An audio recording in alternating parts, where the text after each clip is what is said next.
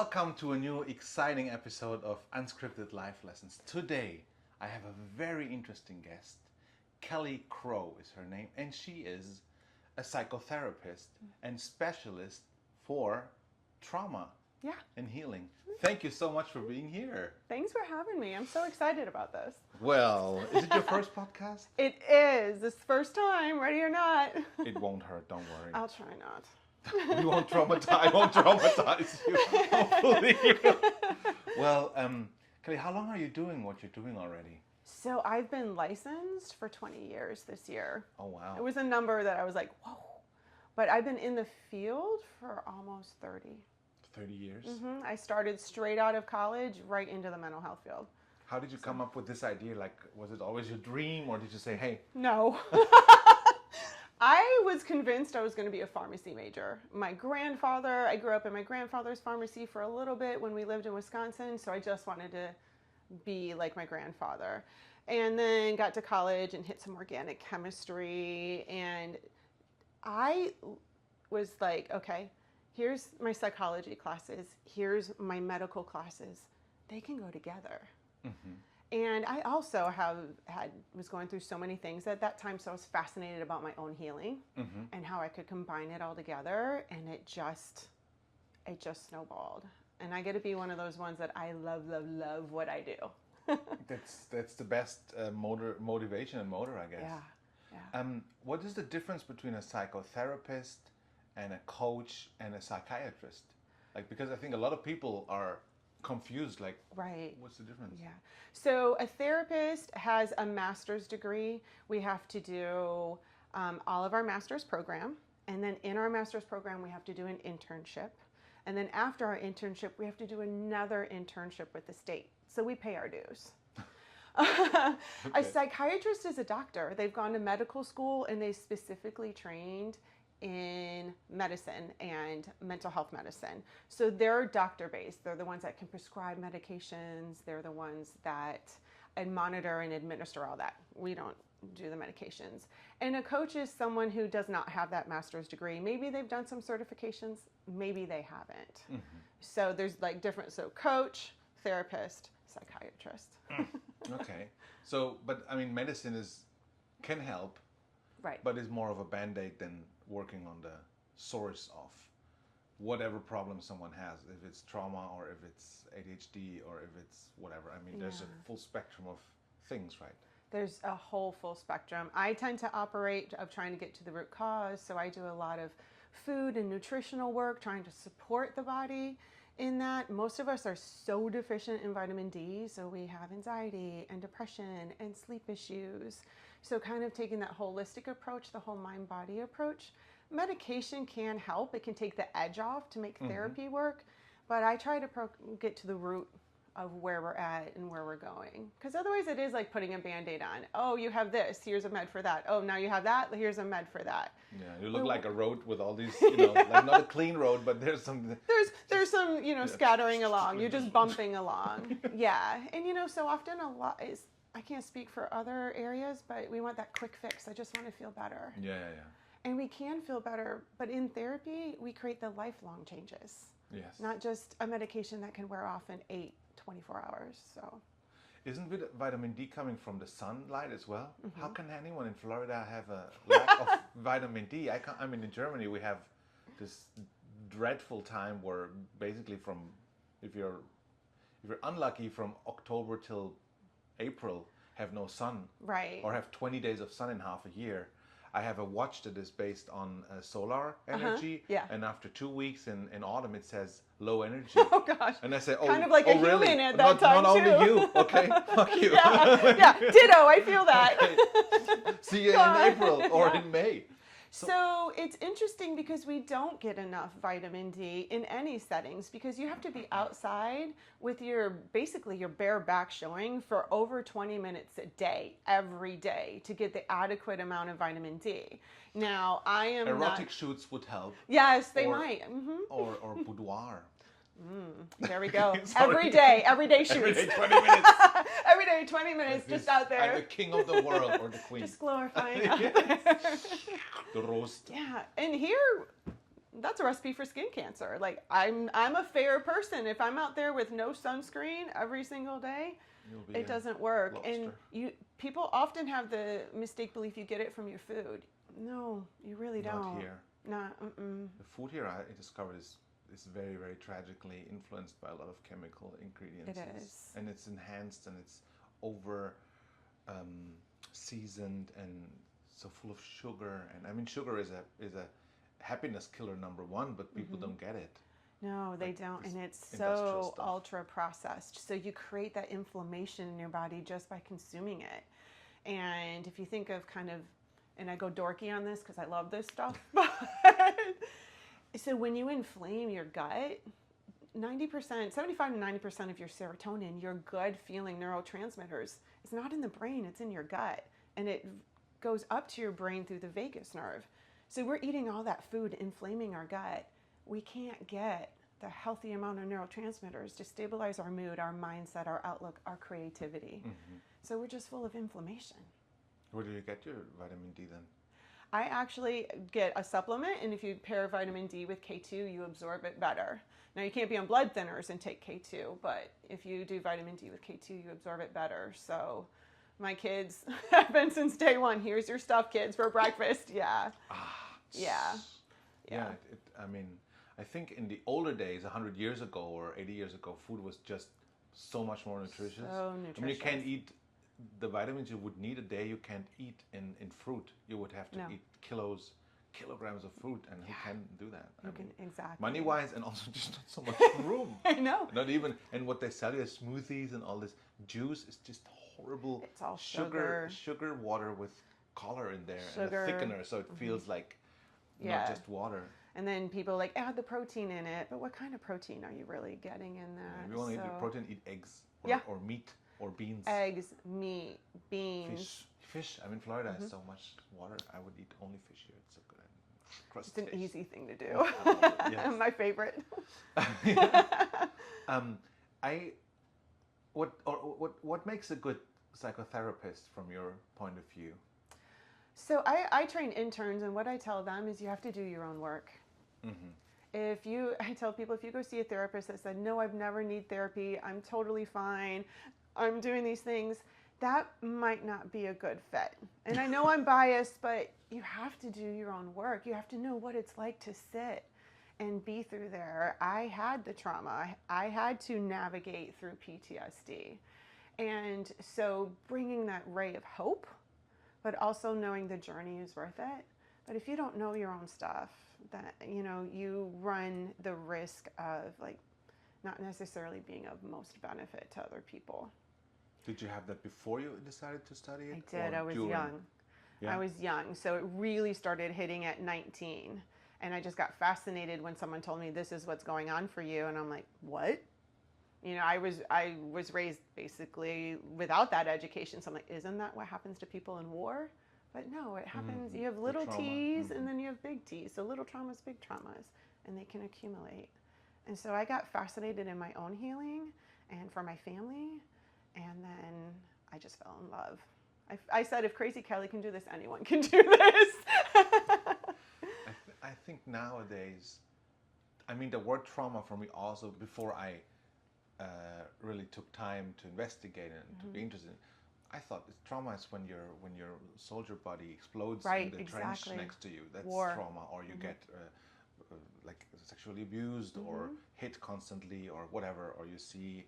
I mean, I was working at the Red Cross 2 years, and you see usually, I mean, in 2 years we had 5 really tough incidents. The rest is usually helping, I don't know, just older people get from A to B. Right, yeah. But that was more traumatic for me because they didn't have contact to their families. They were 70-something, 80 years old. I was 19, 20, and I thought, 60 years I will be like them.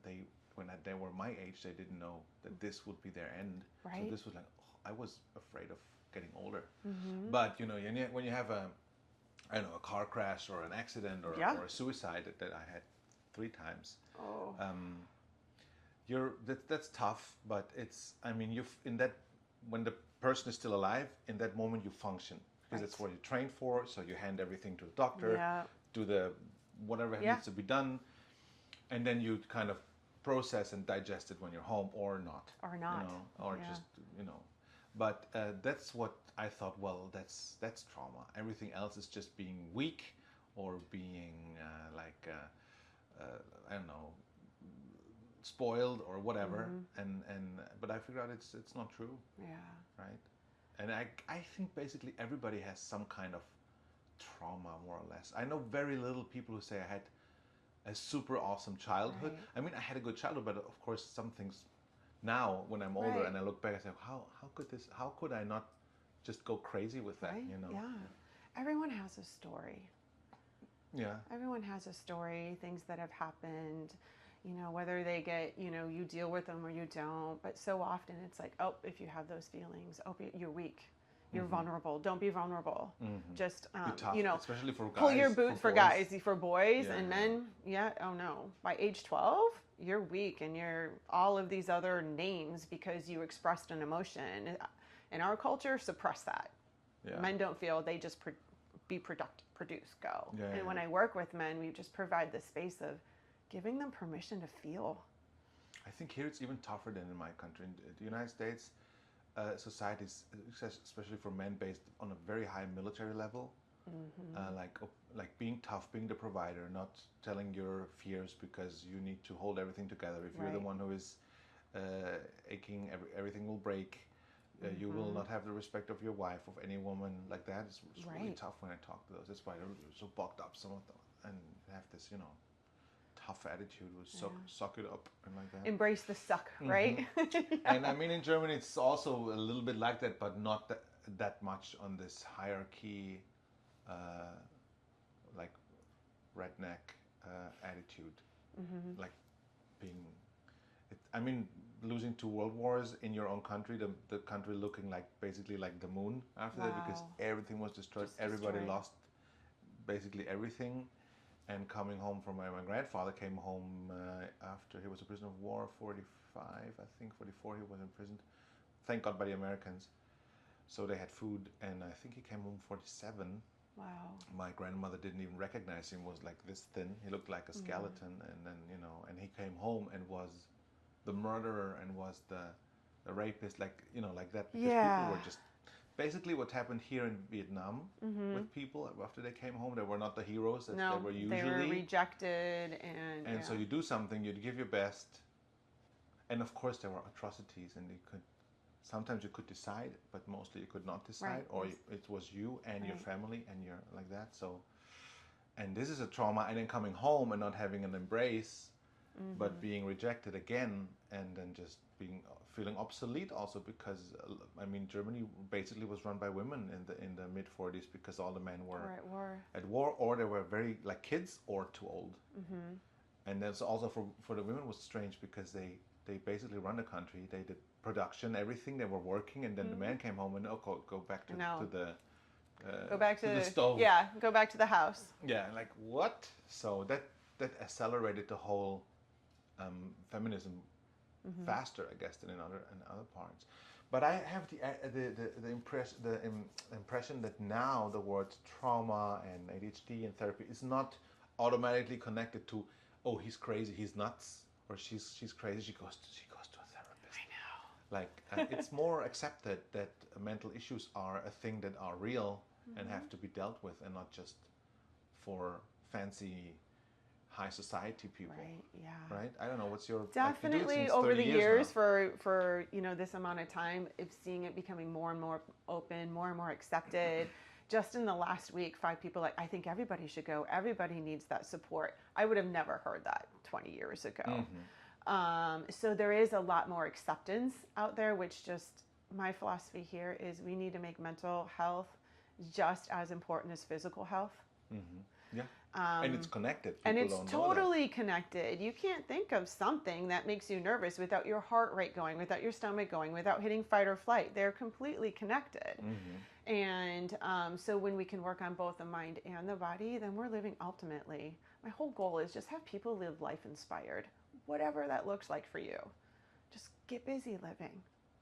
What would you say, like, if people listening to us and thinking about, well, am I traumatized or not? How can someone like detect that it's maybe something that should have been taken care of, or if it's just a bad experience they had and this, like how would you, Well, there's what are the different. indicators or signs that you maybe should Well, see someone? we want to look at the basics. How's your eating and your sleeping and your movement? There's a lot of sleep disruptions for anything. If we've had chronic health issues, autoimmune issues, we do Like see skin or what are we talking skin, about? allergies, arthritic conditions. You'll see fibromyalgia come in. And what we do know, for a prolonged period of time, if our cortisol levels are running high because we're stressed or we've experienced trauma or whatever, the body starts to kind of go against itself, and we create autoimmune disorders and illnesses. So the word trauma can scare people. They're like, oh my gosh. But I would be like, how are you feeling? And notice what you're feeling in your body. Are you having recurrent nightmares, or are you having difficulties in relationships where you connect and then leave, or friendships, and I would say go talk to someone and be like, hey, I'm experiencing these things. Where could they be?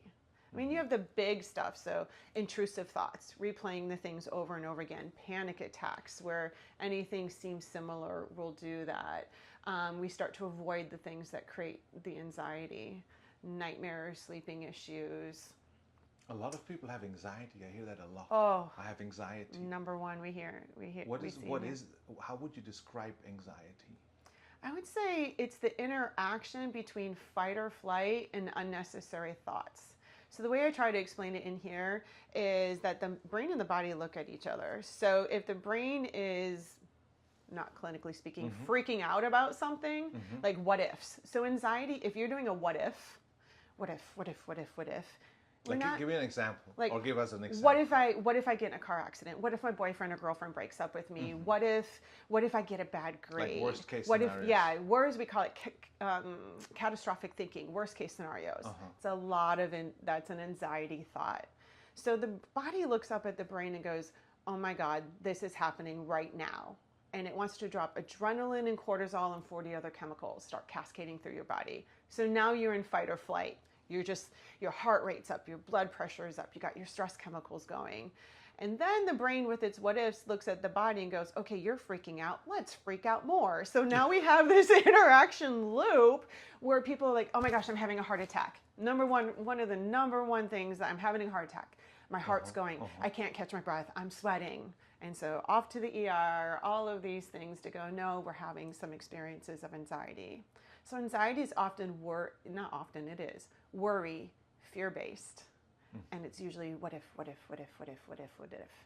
But our brain doesn't know the difference between imagination and reality. It's going to treat whatever we're thinking as fact.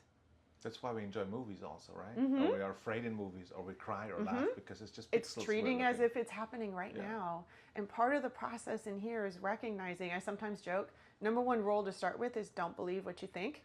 It's so hard for a lot of people. How can you do that? Like, because it's not you, it's your thoughts. What I tell my clients as well. Yeah. But they're just so hardwired. Right. And what's a way out of there? Or is there a stop a sign that you can pull up in your mind and say, like, 2 steps back or something? Back. How would you? The goal of this is to be able to know that we are not our thoughts. We don't ask our eyes to stop seeing, our ears to stop hearing. We're not going to ask our brain to stop thinking. That's the function. But we want to become the observer of those. And there is a stop technique you can use. We're not that creative, but we just stop. And then take the breaths. Because when you take your breaths, which most people do not breathe optimally, they breathe and make it worse instead of better. Got to get through that belly and going. That takes us out of the fight or flight. And then just observe, what am I reacting to? What am I responding to? And really incorporating that. Then the next P is put it into perspective. I usually ask people for anxiety and trauma, is this happening right now? As you and I sit in this room and have this conversation, is this happening right now? So there's this old saying, it's an Eastern philosophy, I want to say Buddhism, but don't quote me on that, I'm not 100% sure, is that the gist is, and I probably will mangle this, but if we're worrying, it's not happening right now. If it's happening right now, we will take care of it like we have every single day of our life. That's the So secret. worry is unnecessary. That's the secret. Usually, when we are afraid, it's always something that is not here. Correct. It's always something in the future, because whatever it is, when it comes, we will be busy dealing with it. Right. We don't have time to be Don't have afraid time. usually. Mhm. For whoever was in a tragic situation, like where they really had to, I don't know, jump out of a car or something, they did it usually. Right. Or if you're having an uncomfortable conversation with someone, when you're in a conversation, you come up with things usually. Right. And We it's take always care of it. something over there, and this like colors our situation It's right now in the completely. worst case, and Right. you're not able to enjoy the present It's because really of something bringing that it. might never happen. And usually, from all the worst case scenarios we ever thought would come, I don't think Never maybe gonna happen. 2% would come. We like say that. maybe put in the never happen, because I think it might be less than that, Uh-huh. because it never happens in the way that we think about it. Yeah. That's catastrophic thinking and an unhelpful thinking pattern of prediction or mind reading or fortune telling. You'll hear that too. And I tend to be a little sarcastic, but I'm like, if you can fortune tell, go win the lottery. It's the same thing. True. But we negatively predict the future and believe it. But then now, Kelly, I know I can't win the lottery. Same true. thought process. Yeah. And we don't have to go from negative to rainbow glitter unicorn land. Sometimes we go, if it happens, I'll tolerate it. I've always taken care of it. You make the best point. We're too busy taking care of it than to freak out or fear over it. Yeah. And we've done it every single day of our life. Yes. Every single day. I coach my clients. I'm not a therapist, but when they have anxiety, and to a certain level, when I see this is a very has to be treated medically or it's trauma work, I don't do that. But when they are when they're all over themselves because of something might happen, I try to create the worst case scenario with them. I ask them, what's the worst thing that can happen? Tell me about it. I say, okay, is that all or anything else? And then we just kind of blow it out of proportion until they start laughing about it, because it's a little ridiculous to that point, and then they lose the fear of that, and it's like putting a red nose on your worst nightmare that looks like a clown. Unless you're afraid of, I don't like clowns, but just a red nose, it usually looks a little ridiculous. I know. And also there's a picture I paint when somebody has a thought. I tell them, just imagine there's a skyscraper and you're on the top level. You're the boss of this whole thought. That's your brain, basically. Right. And you get a memo on your desk, and it says something like, I don't know, John is an asshole, or you are an asshole. Yeah. And then you just don't say, okay, that's true. You go down to some level and say, okay, who wrote this and why? Why? Like you just step out of it and just ask yourself, interesting. How did this thought? Where did this thought come from? Or we have to close in 1 week. We won't, whatever. Right. So just step down, go take the elevator, go to some of your levels, and think, okay, who wrote this and why? And then have a conversation with that person. Then you can go over and say, okay, well maybe it's true. We have to do something about it, or it was just a little stupid joke or whatever. Instead of just shoving everything down and just without even chewing it and say, okay, it's the truth. It's the truth. It's not easy. And I think we all have it at some points, unless we think it's completely out of proportion. If someone says, you're a stupid orange, you're like, well, you're a liar, then you might think, oh, I have lied in my life, so maybe that's true, I got this covered, so work on that with yourself. And also realizing other people's opinions are not experts on ourselves. That's also true. We often will put other people's opinions as a pedestal. Up higher, and we don't realize we're doing that. We're like, oh, they said that. Is that true? And then we realize well, they're just another human being on a journey. So for what reason am I going to absorb that and create such distress? I need to look at it and evaluate, hey, maybe did I act like an asshole? Yeah. Okay, now let me take that and move forward. Yeah. But to integrate other people's opinions, I see such distress constantly, especially since social media and everything has taken off, of this other people's opinions matter more than how I feel about myself. That's true. Would you think social media like maximized the problem or accelerated everything? I think so, Yeah. especially when I'm working, because I work with the whole age range. When I get these middle school, which are ages 12 to 14, high schoolers 15, basically 18, this social comparison of it ends up creating these automatic thoughts of I'm not good enough, I'm not pretty enough, I'm not strong enough. It's communicating everything that you think you're not. And it just creates this horrible self-esteem and self-concept behind it. So there's all of this social comparison. And what they're looking at is like, why you're good and I'm bad. And here's all these products. Let's just sell you all these products because who you are and what you are and how beautiful you are right now isn't good enough according to our standards. So you must have our product. And it turns into this really horrible, it really highlights anxiety and not feeling good enough, not feeling in place. Also the fact that many of them don't know how to have one-to-one communication anymore. Yeah, that's a everything's through Snap or whatever, whatever platform. And what's missing is, and especially in adolescents' brains, but adults do this too, is we don't realize we're interacting with just a machine. Yeah, and it's that there's a costing human you a on the lot of other time. end. Yeah, that there's a human on the other end receiving these words, receiving these things. I just type and go. And we lose empathy and compassion because we don't see how our actions affect someone else. I can't speak for Germany, but I know here it's so disconnected. I interact with a machine and I leave. And they don't realize you're interacting with another human. That's what a lot of people don't get. Yes. Yeah. I hate writing all the time. I like to call. Yeah. And a lot of people are afraid to talk, or video call even better. Then a Yes. lot of people are afraid how they look. I don't care. Right. I mean, yeah, I do care, but not like that. Right. But discussing on WhatsApp, I mean, exchanging infos like, I'm on the second door to the left. Yeah. Okay, I Yeah. have it written. Quick. Good. Or an address, or see you at 8 o'clock at this I know. restaurant, or Yeah. this is the grocery list. Yeah. Perfect. Perfect. But how did you mean what you told me yesterday night? Right. That's why I do voice chats, and some people also don't like them because sometimes, yes, it can be a podcast of 5 minutes. And I'm just going to keep going. Yeah, but I like to listen to voice. I'm very audiovisual person, of course. Over 90% of communication is nonverbal. Yeah. So we miss this huge gap. And when we're reading something, especially texts or WhatsApp, we're only reading it through the mood we're in, through the frame of mind we're in. Filter. And there's a joke with myself and my kids that I could type, hey, and they'll read it like, hey. Yeah. And I'm like, no, everything's great.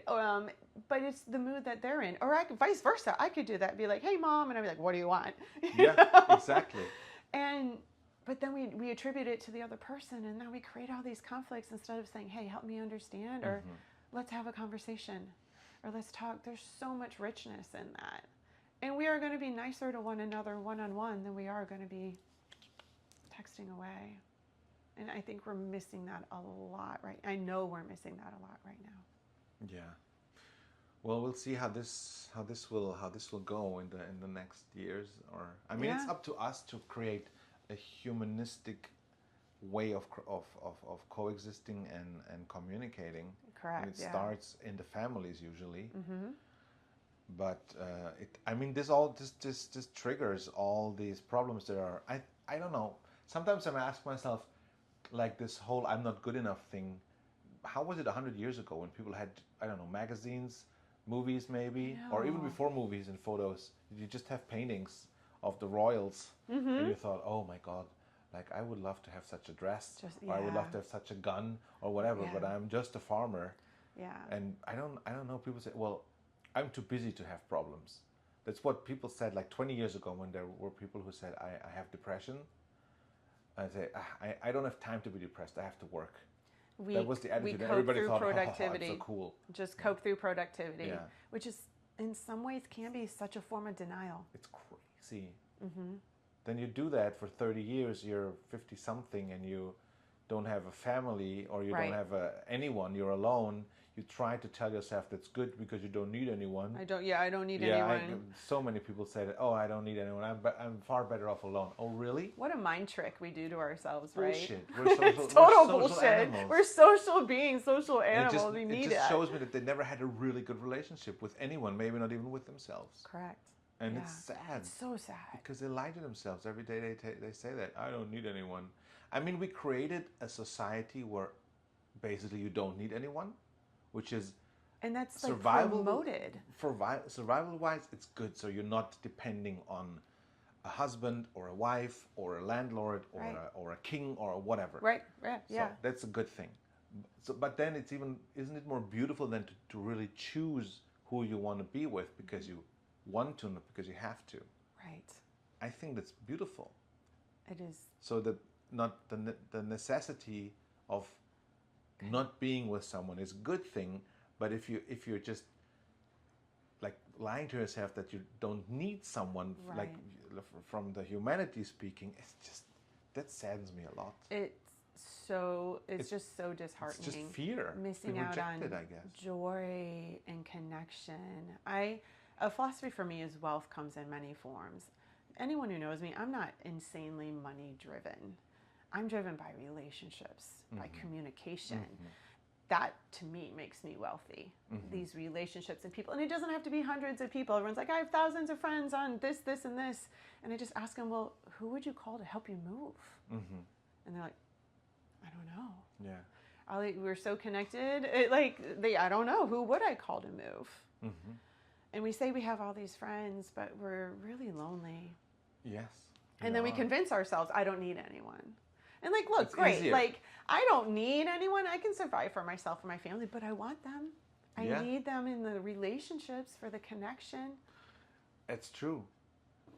And I also think it's, I don't know, here in the United States, the society is way more money driven than in my country. It is very in my country, but there's a social net where you will not have to live under a bridge and starve. Right. You will be taken care of, which relaxes a lot of people, of course. Sure, There's no danger of completely falling off the grid. So I guess this triggers a lot of anxiety, and then the last years of up and down, and we had basically since Corona we had 5-6 crises. First the Corona, then or COVID, as you say, and then what was next? The inflation. Then there was a war, and next Germany, Poland, Ukraine. There's just one country in between. Then there was the not enough. The prices exploded for gas and for electricity and for food here. I haven't here now in 3 weeks. They raised up in the last 3 weeks. Yes. Wow. Yes. Incredible. Food is my biggest bill. Yeah. Especially with a teenage son that eats everything. That's hard. And so many people are just very convenient and they don't know how to cook. So it's even more expensive because they have to. And the ultra-processed foods are the most expensive. The ultra-processed foods, are the least expensive. Yeah. And now we're creating so many other bills medically, mentally. It just is. I don't know where it ends and where the healing begins. It's tough. Yeah, with that. So if someone would want to look for help for a therapist, how can they find someone and know that it's like, what are the indicators, maybe soft indicators to know, okay, this is a person that can really help me? As you said, someone who went through hell themselves. Well, I say do the work. They don't have to necessarily gone through hell. Hopefully they didn't. Okay. But part of dramatic. I'm storytelling. You must go through hell to do this. I mean, I've been through my fair share of hell. That's just kind of, the ups and downs of life. And, this saying of like, can't appreciate happiness if you haven't gone through suffering. But to what to look for, so I guess, here, a lot of people are looking to use their insurance to keep it cost effective. Of course. So some place to start, real easy start is get on your insurance panels and look and see their bios, look at but I tell everyone, make an appointment with 1 or 2, maybe 3, and sit in the room with them and get the feel. of what it's like and where it's going. Because the number one thing you need to do is feel like you're in a safe, comfortable space. Now, you may not know how to be in a safe, comfortable place, but is that provided? And so ask questions. And listen, some of us are great. Some might not be a good fit for you at all. And you'll know that when you get there and ask questions. Yeah, especially when you're sitting in one room with them. Right. And Be having an a live advocate. conversation and not just on the phone or Right. video or whatever. Be an advocate for yourself. People, sometimes you think you have to come in here because something's wrong. No, often it's healthy people coming in here to deal with an unhealthy world. Not everything we do is maladaptive. And maybe it's an adaptive response to a really maladaptive situation. But ask questions, advocate, ask them, get to know them, and what their style, what their philosophy is. You know, how, if you're not one for medications, and the first time you go in and say, hey, I'm going to refer you to a psychiatrist, that's not going to be a nice fit for you. But I think people don't know how to self-advocate. No, how can they learn that? Or what would you tell them? Where to start? Be curious and just ask questions. What if they're afraid of asking? Like, if it's, for some people it's hard to ask for help. Well, maybe it's not even the word help. Maybe it's like, how long have you been doing this? What kind of people what kind of things do you work? Or how do you do this? Like, what got you here? I tell people to ask me anything they want because I'm not going to get offended by anything. Just don't ask me my favorite food because there's not one answer. That's a hard question. Like two the hours kids later, go, yeah. and for dessert. Yes. Like, and that's what my kid, some of the younger, what's your favorite food? I'm like, oh, you just asked the hardest question. Yeah. Favorite food, favorite film? It's very hard to ask for help. So when you call the place, are they like really straightforward here? You come here and they'll just put you with anyone? Or are they like, where are you at and what are you looking for? I will often say like, hey, what are you looking for? Do we have a fit for you in here? And then come in and ask. Yeah. What are the biggest reasons people don't come, apart from maybe that they can't afford it, which is sad?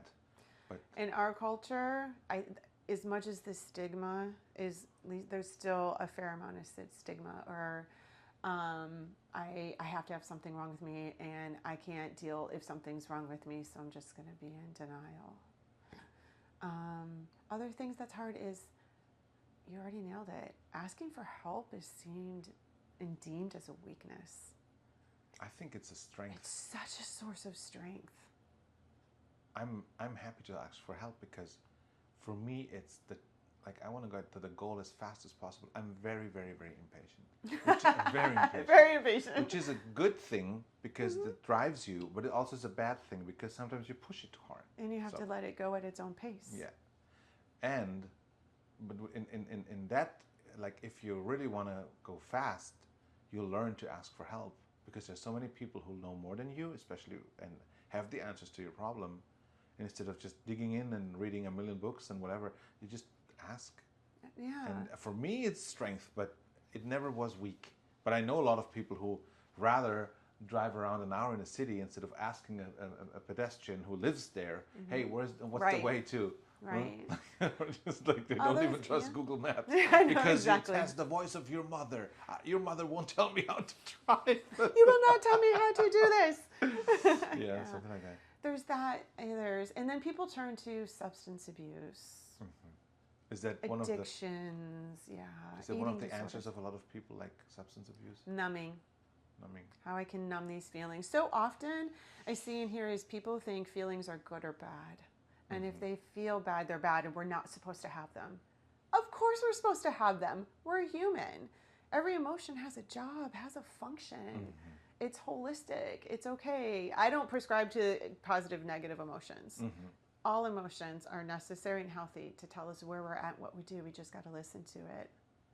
But I think some things that impede people from coming in is shame. Shame runs deep. Yeah, I understand. And having to start the process with someone out of fear of being judged. I guess, I mean, the person who judges you at least from all is the therapist.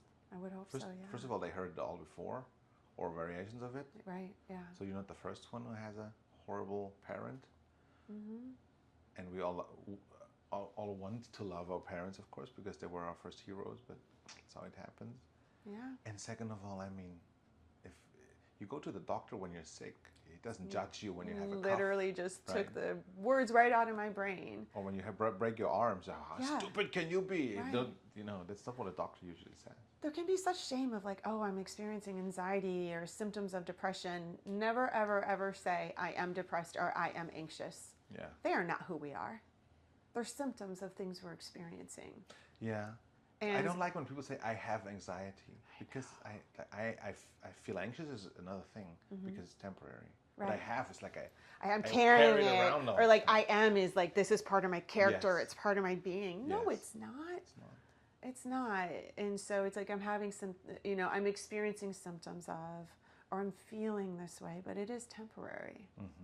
Emotions have a beginning and a middle and end. We just stop it in the middle and inadvertently make it last longer than it needs to. What about people who are afraid to go back and visit their own trauma because they're just tired of talking about it, and just makes them super, super uncomfortable? Right.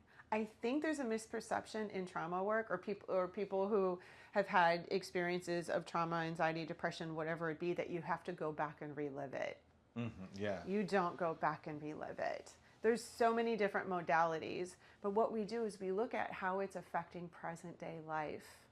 And through, let's say, a technique called EMDR, eye movement, desensitization and reprocessing, we're just looking at how the past is causing present day distress and getting the brain to do and body to do what it needs to do to adaptively process it. So it's not going like, oh, I don't want to relive it. I don't want to feel that way. Cool. Yeah. Neither did I. I grew up with abuse in every way possible. And I don't relive it. And honestly, now through all of this work, I don't want to relive it again. I'll say that forever. Yeah. But I won't go back and change it either, if I could. It made you who you are. Exactly. And I'm okay. I'm okay with who I am. I heard that a lot of people go to therapists, and the therapist, I think the mission of going there is to maybe understand where it comes from, why you react that way, and to have solutions to deal with it. It's not that it will go away, but you will have a way bigger variety of tools how to handle it, and how to also have closure or something. Yeah, the experience that you Right? experienced is already over. You've had those Yeah. experiences and you've survived. Yes. And so we take that and shape it so you continue to thrive. So, and with trauma work way, way, way back then, and when I was doing my work, I hated this type of therapy. They'd come in and they'd want to only talk about what happened to you. That's what I meant. And They, I'd like, leave the steer door around all the and I'd be time. feeling in a million pieces because I want to know how I deal with this. How do I cope with this? They're like solution thinking, not yeah. just, okay. So I always change it when people come into therapy. I'm like, we're going to focus on the what to do with this versus why. Yeah, listening to the same old record We all need the to put the time. cart before the horse, or however that saying Yeah. goes, is we're going to focus on feeling this way. What do I need to do to feel better?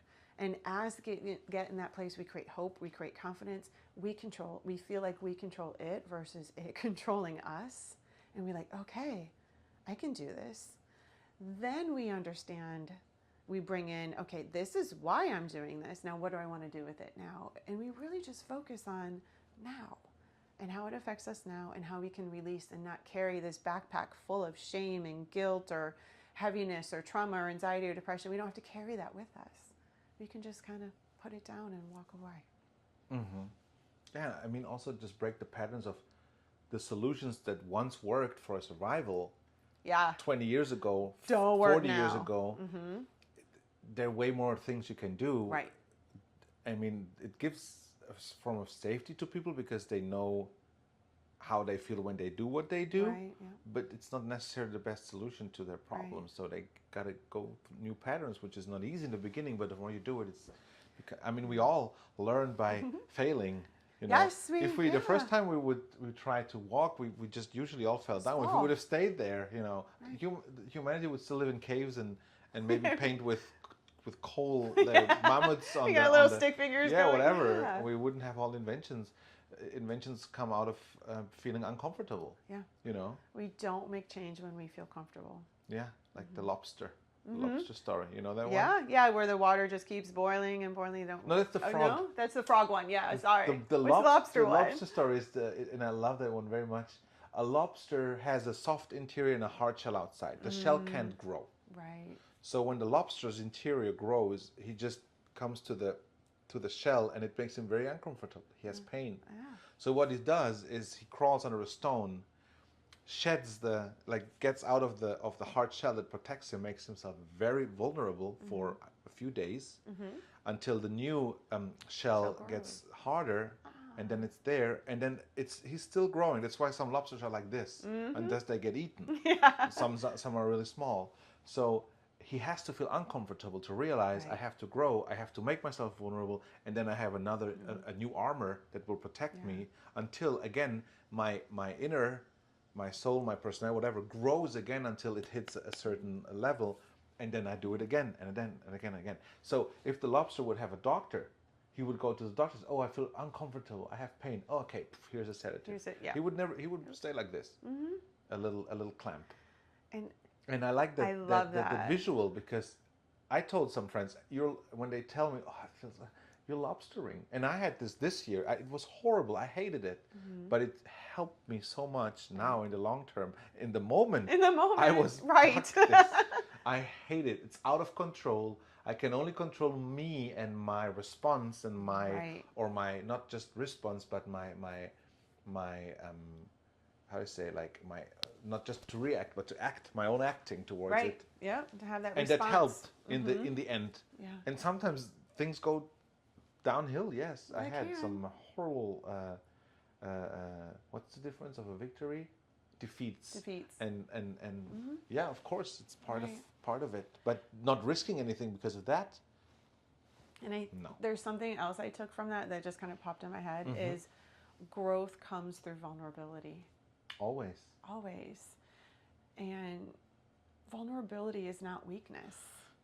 No. You know, there's this misperception of the word vulnerability. Oh, that's my weak spot. That's where I can get hurt. That's where I can die. You know, there's the chink in my armor that I could go down into. But vulnerability and being open and being seen and being heard is just growth. And we can stay stuck in our small little lobster shell, or we can become that big ass lobster and go live our life. Yeah, be faster, bigger, badder. Yeah, exactly. Tastier, whatever. Well, maybe just eat the pineapple. That works. And you said the big three, like trauma, depression, and anxiety, and I add ADHD in there. Yeah. Are those the big four for that usually people come for? Yeah. Definitely. And it's relationship issues, but you can see mostly some of the anxiety, depression, or just past learned behaviors that just are repeated and not helpful. But yeah, I would say the big four: anxiety, depression, trauma, ADHD. Are they connected all a little bit, or can someone just have one, or is it like a band? So you can't have the drummer without the bass player. There's a little teasing out on that, because like I have so many people that'll come in or say I'm depressed or I'm anxious, or they'll come in with these diagnoses of I'm bipolar. Because they made a test online or something? Because I have mood swings. Oh, if I have one more, I saw on TikTok. I think that's the good and the bad about it. Exactly.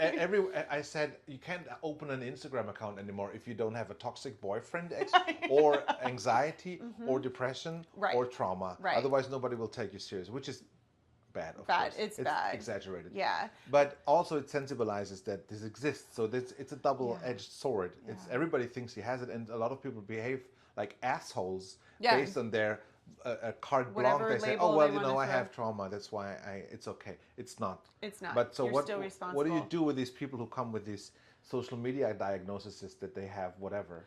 I ask their understanding and what brought them to that conclusion, and then provide education and be like, "Okay, here's what it really is, and here's where we're at. tell me some other things with it. Like what did you align with in there that you're like, oh, this could be me? Yeah, and sometimes it can be. It can be. It totally can be. And they can feel like, wow, this isn't me. I'm not on this lone island suffering this way. Yeah, it's a big help. But then people will be like, I have anxiety, depression, trauma, this and this. And I'm like, you really can't have all that at once. So I'm sorry. So, or there's another, and I'm not a fan of labels. I think labels are constricting and horrible, but we have to use them in here for diagnoses. I have people come in, I'm bipolar. Well, let me figure out what's going on. So many times people are just trauma-based.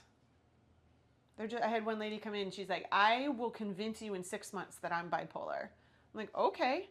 Tell me, and as we work together and tell me her history, she had nothing but trauma her entire life. She was involved in a very physically abusive relationship. How are your moods not all over the place? Of course. This isn't a biochemical deficiency in your body.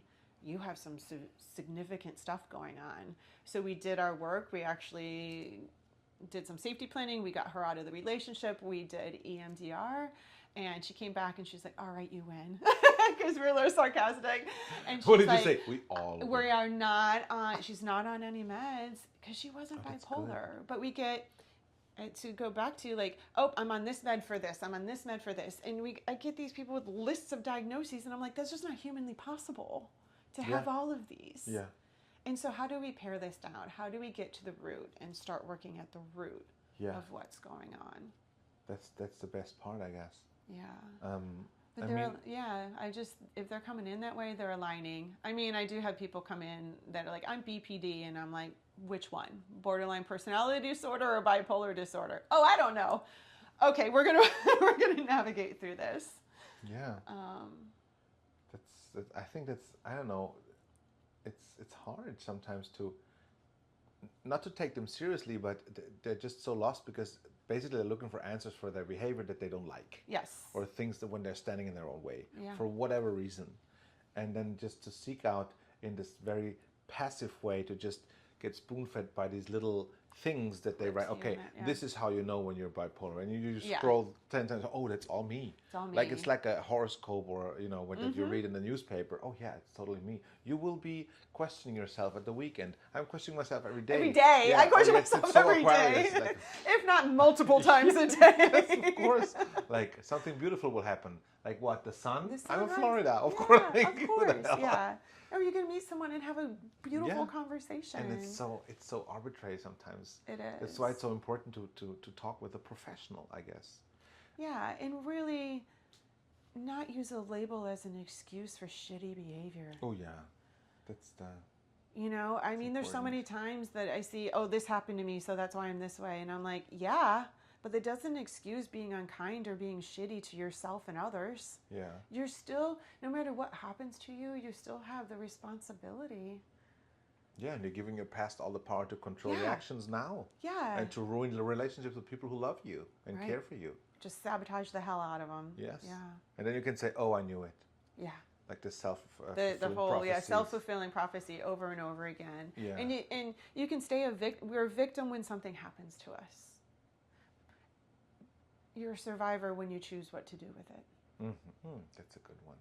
Otherwise, we're just. I'll edit this one as a a good one. Yeah. Where are we? 53 minutes. Okay.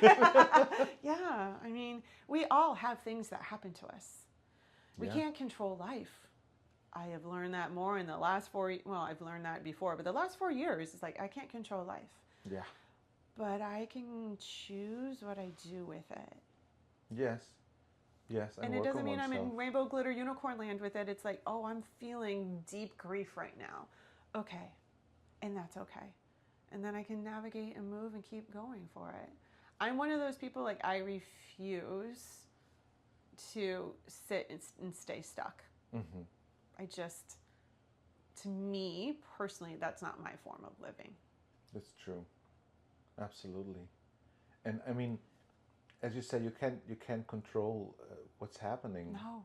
You can work on yourself, and also there's a oversaturation of this hustle culture as well.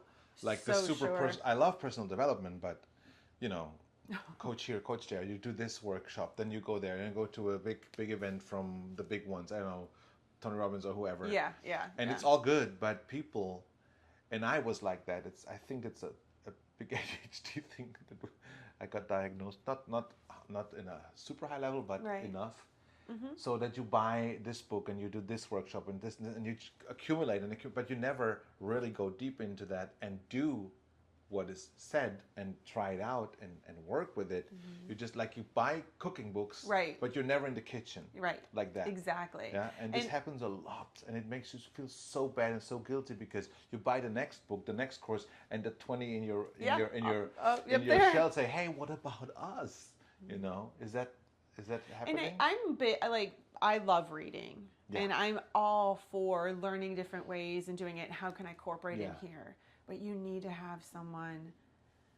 You need to get out of your own stuck thinking and feeling and behavioral patterns, and we don't do that typically by ourselves. Yes. You need that community, that tribe, that support, that therapist of going, hey, Callie, you might be repeating that again. And then I'm like, shit, yeah, I know.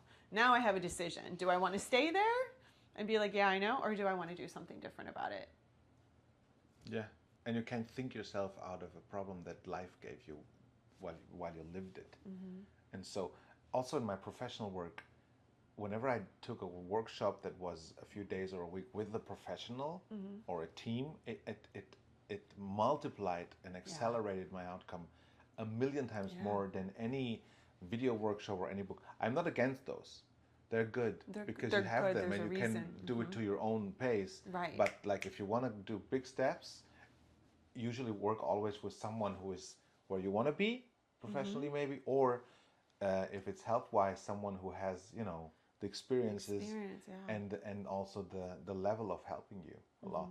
And then find those patterns and being aware of certain things, like for example, ADHD is a big thing for everyone, and a lot of people who don't have that don't understand why people are that way.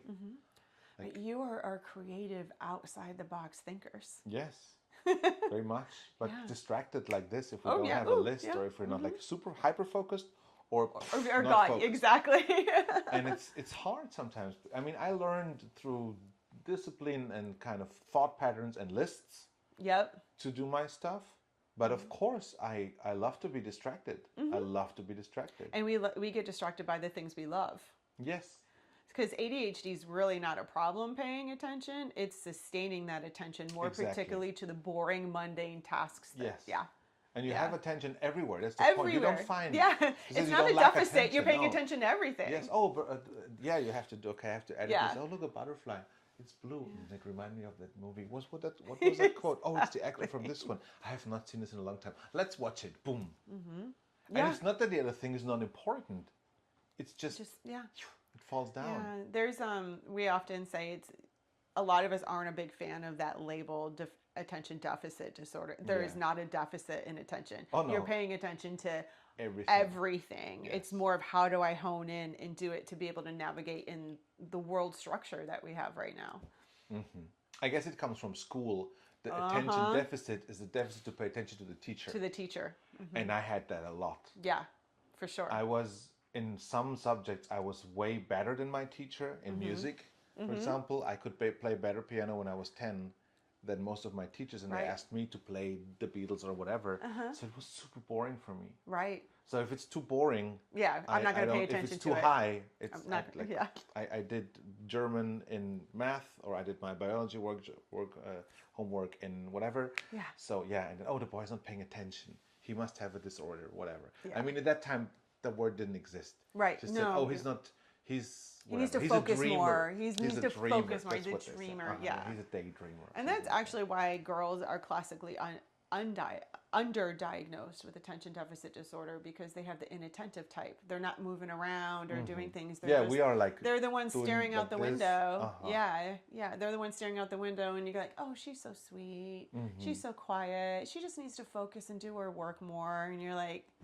Most women in the United States, I can't speak somewhere else, Dr. Amen put this on his Instagram, are diagnosed when they bring their child in to get diagnosed. So.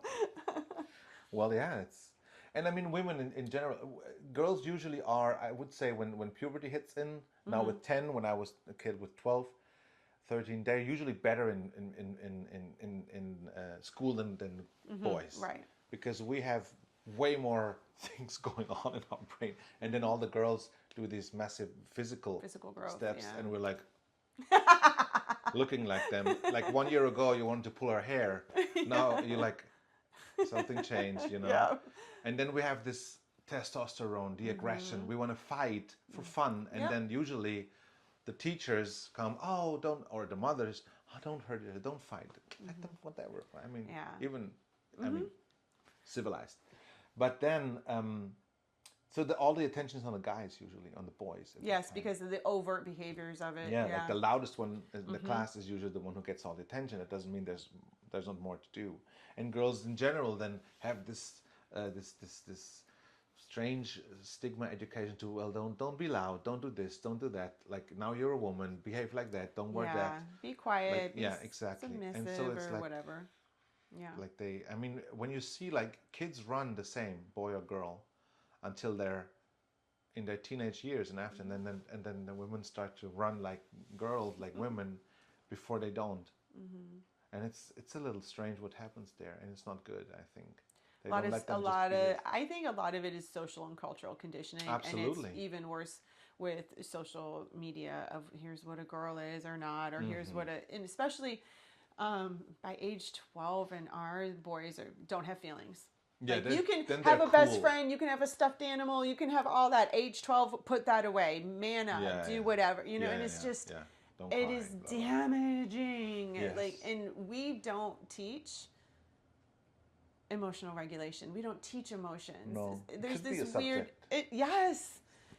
I mean, there's this. I get this with people all the time. It's like, well, they should just know. I'm like, this is like learning arithmetic. This is learning how to write. Yeah. This isn't. You should just know. And then if I have parents like that, I put them on the spot and be like, okay, how do you just know? And I guess out of this time there comes the undiagnosed ADHD, or it's diagnosed ADHD and it's maybe not, and all that. Sit still for 45 minutes, just inhale what the teacher's telling you, like be interested, 5 minutes of pause, next and subject. then next, and then go out in the world, you know, be interested in one thing, be specific in one thing, and like don't get distracted. And it's just hard. It's hard and it's horrible, and we're not promoting what we learn through creativity, play, exploration, all of that. I mean, even in sports, it's like, oh, you need to specialize in a sport and you need to specialize in a position. No. Specialization. Go out, just go play. We learn through that, and we're missing that a lot, especially here. So the days of like, go play in the neighborhood and come back when the sun comes down. I'm not saying don't watch your kids, people. I'm saying watch your kids, but you know, let them fall. There's so much rich social learning in that. Of teamwork and compromise and social negotiations and friendships and all of that we don't have anymore. I always loved when someone gave me trust way more than when I felt overprotected. Yes. I hated that since I was a kid. I always wanted to show that I can do it. Right. And this overprotection, this helicopter parents, we call them. Yeah.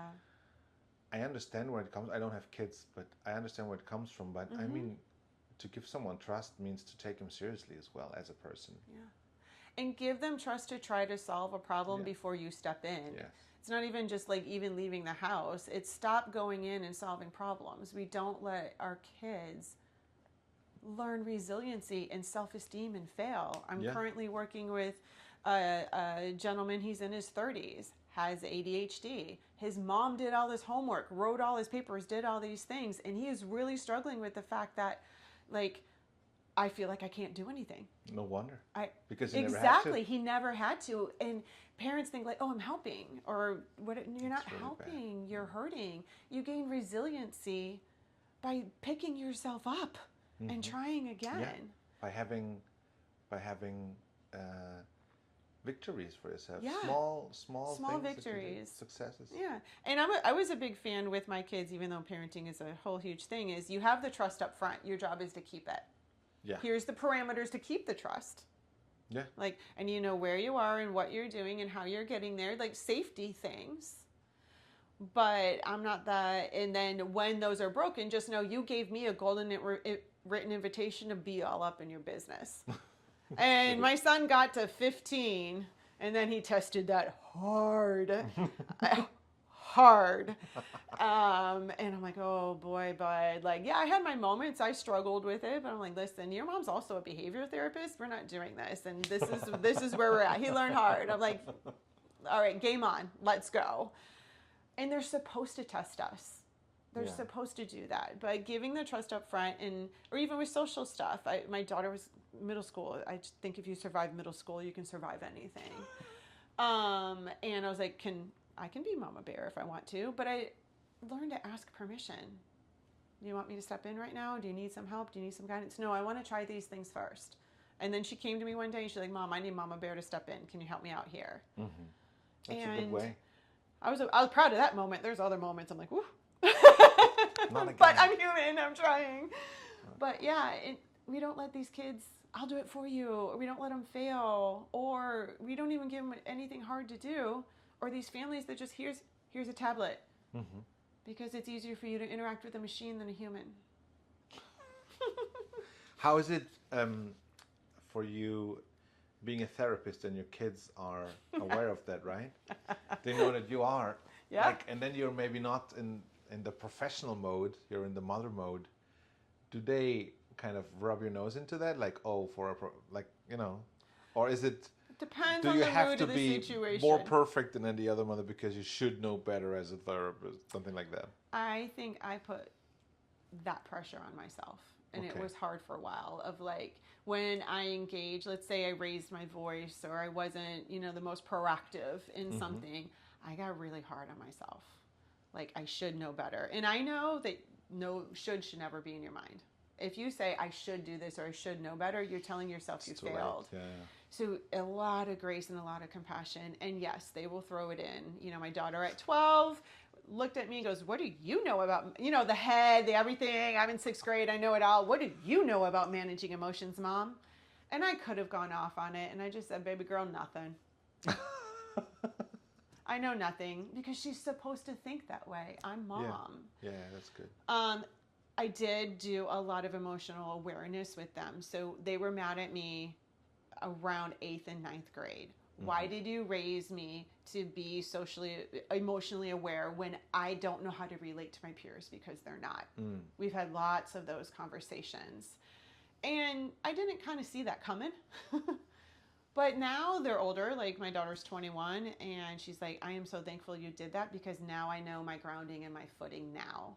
So I guess it paid off in the long run, but there was bumps in that because it made it hard for them to relate, which makes it sad for me because how can we not relate on a human emotional level? That's true. Absolutely. But yeah, they were rubbing in my face. Mom, you're overreacting. This is your education. And I'm like, yep, deal with it, bud. Let's go. It's more when he doesn't get what he wants. They're great. Honestly, they're good kids. They're supposed to test me. That's good. Yeah, it's their job. That's their job to test me. Absolutely. So why are we getting mad? A couple of things I did though. I told them the first time you tell me I hate you, we're buying a cupcake. And so I'm like, I knew they were going to say it behind my back. I knew they were going to say a whole bunch of stuff. Go ahead and do it. But it was never going to come to me because they didn't want to give me the satisfaction of buying a cupcake. That's what my elder cousin in Mexico told me. If she had teenage girls, she said, if they don't hate me at least once a week, I'm not educating them at all. I'm not doing my job. Correct. Correct. Well, we just learned, go behind closed doors, feel what you want to feel, say what you want to say, and then come out and let's have an interaction and a communication. Yeah, that's true. Same in here when I'm like, listen, you can cuss me out once. And so when I push buttons, because I know we have to get uncomfortable, it's like, do you want to use that cuss out moment? What if I need it later? You have a choice. They always choose to save it later because what if they need it later? So I don't get cussed out. Okay. Well, how does it, some people maybe don't know they have ADHD. I didn't know because I thought it's only for, people who can't pay attention. I said, I'm super focused. Right. But sometimes I'm not, but it's me who chooses it, whatever. How does a day of an ADHD person look like? How could you describe it? I don't think you can put it in a box. No? Or what are the things that say, that could be something? So Because to So understand you for have people, ADHD with the hyperactivity. Yeah. You're going to see behaviors where they feel like they're driven by a motor. Just go, go, go all over, paying attention to everything, moving, moving, moving. So that's kind of one of the obvious ones that we see is like, especially in children, they're constantly moving, getting them to redirect, sit, and you'll see a lot because of the school setting. So those kind of can come in first. The inattentive type is when we start to see their grades, or like, hey, I'll just like, hey, mom says like you're having problems remembering things. Or like parents coming in, I've told them 6 times and they still won't do it. Okay, where are we at and doing those things? So driven by a motor, kind of distracted. Sometimes our kiddos don't sleep. As we get older is how are we able to get our day-to-day tasks done? I had one woman that just would forget about paying her bills. You know, so we start to see the consequences, or we see consequences in work, missing deadlines, chronic lateness. Because really in the brain, in our brain, we just, the timer is on its own different pace. And so when we start to look at that, I had one gentleman I was working with who forgot his marriage sessions, his marriage counseling therapy sessions, and it caused a lot of problems in their relationships. So got that taken care of. So it's also, can I be hyper focused on something but I'm not over here? Procrastination, missing timelines. They're tested and like their IQ is fine, but their achievement isn't there. What about, I listened to a podcast of Mel Robbins. She got diagnosed with ADHD when she was 47. Yes. So a lot of people are like my age or older or younger a little. I'm 46, and then they got diagnosed with it. Yeah. Like she told something that I can relate to, like that I heard a lot when I was younger. I couldn't keep my room clean. Yep. How can you step over these shoes 10 times? Don't you see them? No, I don't. You don't see them. I mean, I see them, but it's just not. I don't know. It doesn't register as like a high priority. It's like I see them, but it doesn't come in, stick and stay, and I should sustain focus to put them away. It's like, oh, yep, there they are. Because oftentimes it's like described as some of my kiddos and adults are like, I have 16,000 thoughts running through my head. And they're ping pong balls going everywhere. And I pick up one and I look at it and another one knocks it out. Yeah. And then another one knocks it out. Yeah, exactly. Yeah. And yeah, you can create such great skills and not even know you have it. You just learn your way to work through it. But staying on something, boring, mundane tasks, driven by a motor, highly distractible. I will tell you, like most of my friends and family who have ADHD, their desks have piles and piles of papers on it, but they can tell me what's the 15th paper down on it. Really? Because they know what's in that pile. It just doesn't go to the standard organization of it. Wow. So how to deal with these things when you say, I can't get things done, I am always too late. I start with one task and then I get stopped by another. Like for me, lists help actually if it's very for business. much so. Okay, today I have to do this or this week, and then I kind of. And sometimes when I do something that is not on the list, I write it on the list and cross it off because it feels good. I got something done. Yeah, that's so great. A little endorphins and oxygen, whatever comes up, you know. Yeah. Serotonin and but like I mean, you can run around with lists every morning. I don't know how do you like, or maybe you can. You can. You know, I'm not a big fan of electronics, but I have become a big fan of setting reminders or even just having an Apple Watch. And as soon as you think of something, saying it into your Apple Watch, hey, Siri, remind me tomorrow at 10 a.m. I need to pay my car payment. And because once it's in our mind, it takes 10 seconds or less to put it in there. Then it's going to pop up again and give us that reminder. So I've been using a little bit more of the electronics that way. With the persons I work with ADHD, it is getting that organizational system into place, either doing first then techniques, but also knowing like the brain overestimates how much time you have left to do something and okay, yeah. I don't know what you're talking about. Really? It just takes 10 minutes. Yeah. It's 30 minutes. Yeah, and underestimates how long. So it's like, oh, I have time to get it done, and it's only going to take me 10 minutes. When, okay, you have 2 days to get it done, and it's really going to take you 2 hours. So rule of thumb, if you think it's going to take you 10 minutes, double it minimally. Whatever your brain tells you, double the time. That's a good one. Double the time. And ways to feel a sense of urgency, semantics is often what we work on. Oh, if I have 2 weeks to do it, okay, you have 14 days to do it. You have 10 working days to do it. And then so the more you break down the units, sometimes you get a little more motivation. But there is a lot of, like, with a lot of just kind of external strategies, visual cues, lists. And you know what? Don't think something's wrong with you. Because nothing's wrong. It's just that we have areas of our brain that need strengthening and don't. The greatest inventors of the world are determined to be, if looking historically, as having ADHD. Because you think outside the box. It's such a beautiful thing. I also think the most interesting persons in the world, when you meet someone who has an interesting personality, it all comes usually with a certain, I don't want to say price, but some things that are a little odd. But I'm super happy to accept these things for having an interesting person in my life. Yeah. Instead of having someone who's bland and easygoing. But I get bored very fast. Yeah. Which is also good for my job because I try to invent new things all the time. Right. Or looks or everything. And creative. And I'm bored as hell with so many things. And I tell everyone, I tell my clients, this is super boring. Oh, really? And nobody wants to be boring. Right. Nobody wants to be boring. No, that's the one thing nobody wants to be. Like, oh, okay. No. I got to do something. And especially in photography, in business photography, there's this huge gap between I want to be super individual and I want to be part of the group. So I'm a lawyer. I got to be trustworthy, but I'm not boring. So I want to do something special. So, okay, how can we do that? How do you do that? Yeah. But that's one of the things that make my brain constantly work. And I just think also, like, there's this little round box in here, or this round circle in here with a little monkey and on a motorcycle. Yeehaw, like that, Let's go. Awesome. I'm working here.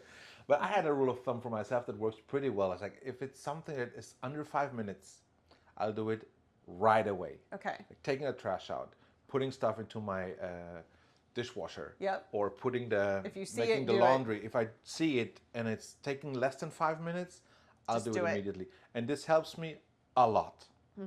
My ex-wife told me that. She's super organized. I was absolutely not organized. Right. She helped me a lot with that. I helped her with being a little bit more flexible and not sticking to the plan until the death, But she had and I know a lot of people, they have very structured days. Right. They go in at work at this time, they go out at work at this time, they know exactly what's coming. They can tell you when in 3 years at that day they will be there in this classroom. I would kill myself if it was like that. Yeah. They have the safety, yes, but for me it's my day is constant solution finding for problems I didn't even know at 9 o'clock that will come at 11:30. Right. And of course things I have to do, but it's constantly like reinventing things, going there, doing this. And so I'm used to be flexible. I'm used to not trusting a plan because I know it will anyway be something in there that might make it easier or harder or maybe exactly like that but with a twist. Right. Yeah. But I'm used to that. But if I would told myself when I was 17 or 20, this is how your life will be, I was like, oh my God, I couldn't live like that. I don't know. There's no safety in anything. But it's okay. It is okay. And we find our ways through. We identify the areas of like, okay, this is a challenge. What can I do? And you don't have to like it. You just got to tolerate it. Not everyone loves loading the dishwasher. I don't love it, but if I don't do it, nobody does it. Exactly. So I don't have anyone who does it for me. Exactly. So I have to manage myself, and the self-management is the hardest part. That's why these little rules and traits are good for that. Yeah, and there's like a Pomodoro effect or method that we use is like sustain your focus for at least 50 minutes. 50 or 15? 50. Okay. 50 minutes.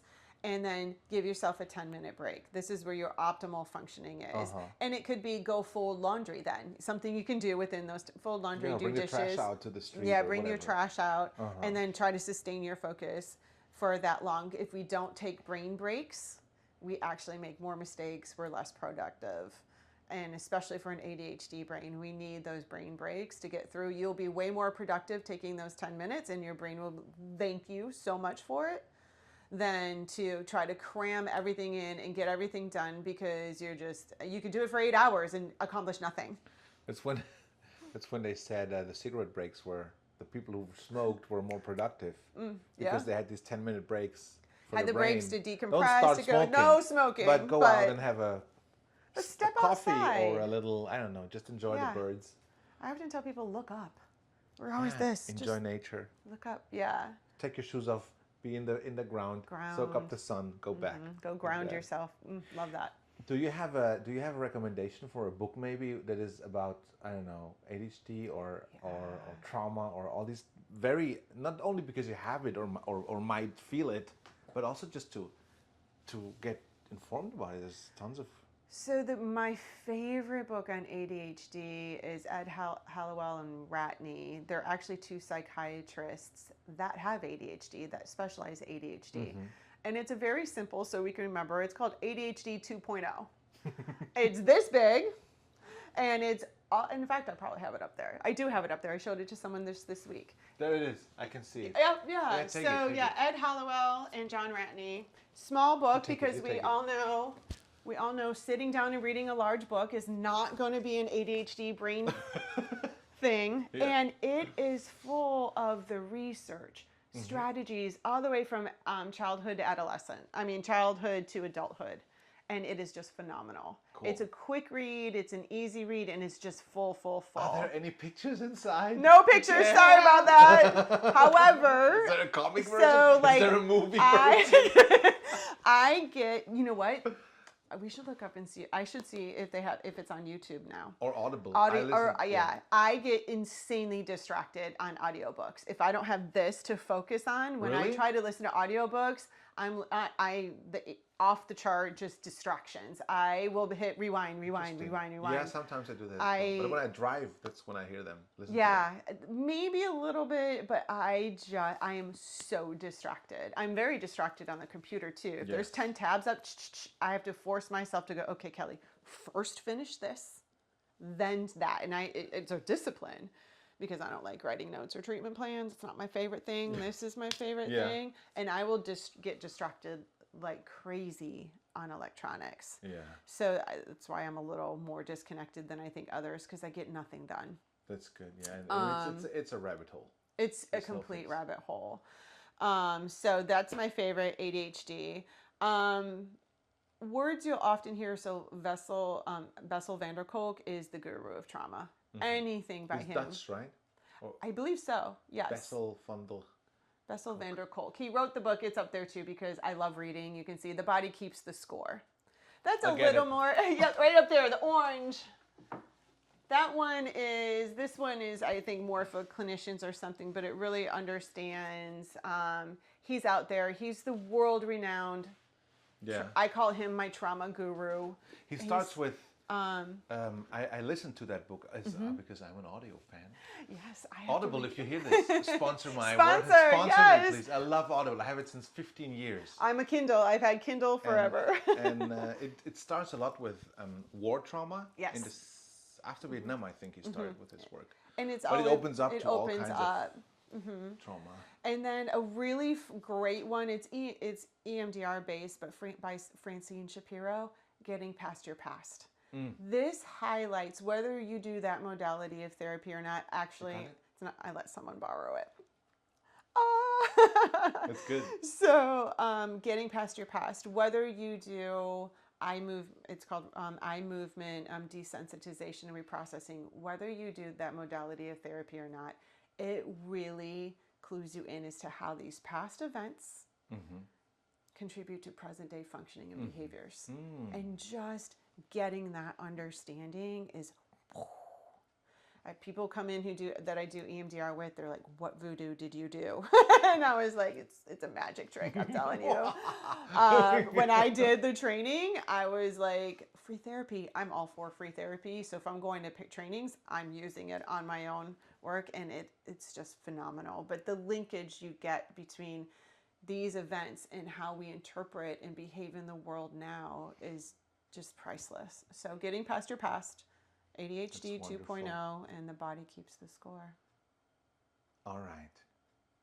Would you be up for another podcast, another 2.0? No. If you would like to? I would love to. Yes, awesome. This is wonderful. Because, okay, dear listeners and watchers, if you have any questions about everything we talked, and I think we talked about a lot. Okay? Write it in the comments. Ask your questions. We will have another one. Then on Zoom, I guess. Yes. And it has been wonderful. It's such an interesting topic, and I mean, I think everybody can take something from it for themselves, for people they know, from people we know and love, or just to get a conception of how other people might see the world, so you're not so judgy on them. Right. Mom, just kidding. And it's just it has been wonderful that you've been here. Thank you so much. This is for awesome. taking the time. Yeah. And if you who saw it think this might help other people, maybe to sensibilize them for these topics, just send them the link of this video. And as usual, we always say that, like, subscribe, and share, and put your questions in the comments. Yeah. Thank you very much, and see you next time. Thank you. Thank you.